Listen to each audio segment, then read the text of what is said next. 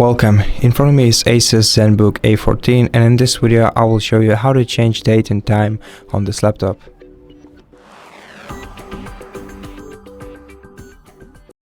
So to do this, right click the time icon on your status bar, select adjust that date and time, and here if you want to set time manually, then switch the toggle to the left next to set time automatically function, and then click change right here. And by expanding this list, selecting the value that fits you, you'll be able to set the time and date automatically, and then click change to confirm.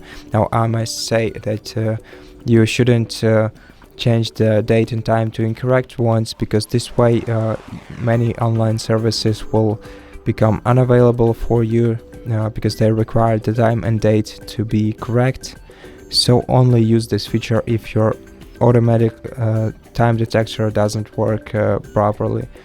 And that's basically it. Thank you for watching this video. If you liked it, consider subscribing to our channel, leave us a like and a comment below, and I'll see you in the next one.